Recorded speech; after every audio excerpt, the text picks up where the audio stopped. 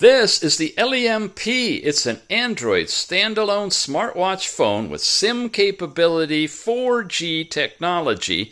It's got all kinds of controls and a special system mode that'll go in Android 4G or low-powered sports mode. You got clean up the background information in here, notifications sent from your phone.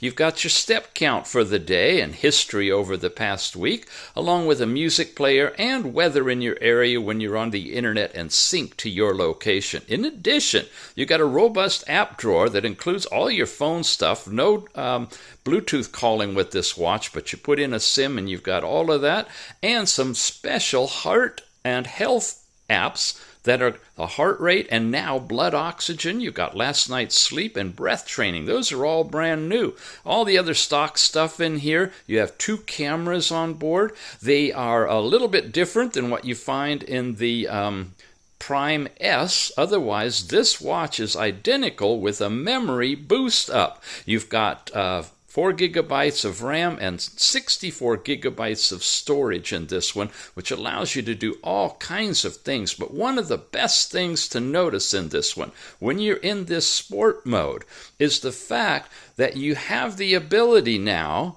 unlike before, to activate your brightness and change it on the fly, which you never could do in sport mode before, and you can turn off airplane mode, turn it back on, and regain cellular access so you can receive phone calls if you have a SIM in it.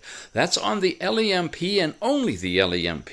It's a really nice watch, relatively lightweight considering the size of the battery in it. It's got red and green diodes in the back of it. It's a very capable watch, a top-facing camera, which is right where we want it, and a side front-facing camera for doing selfies. The LEMP, check it out.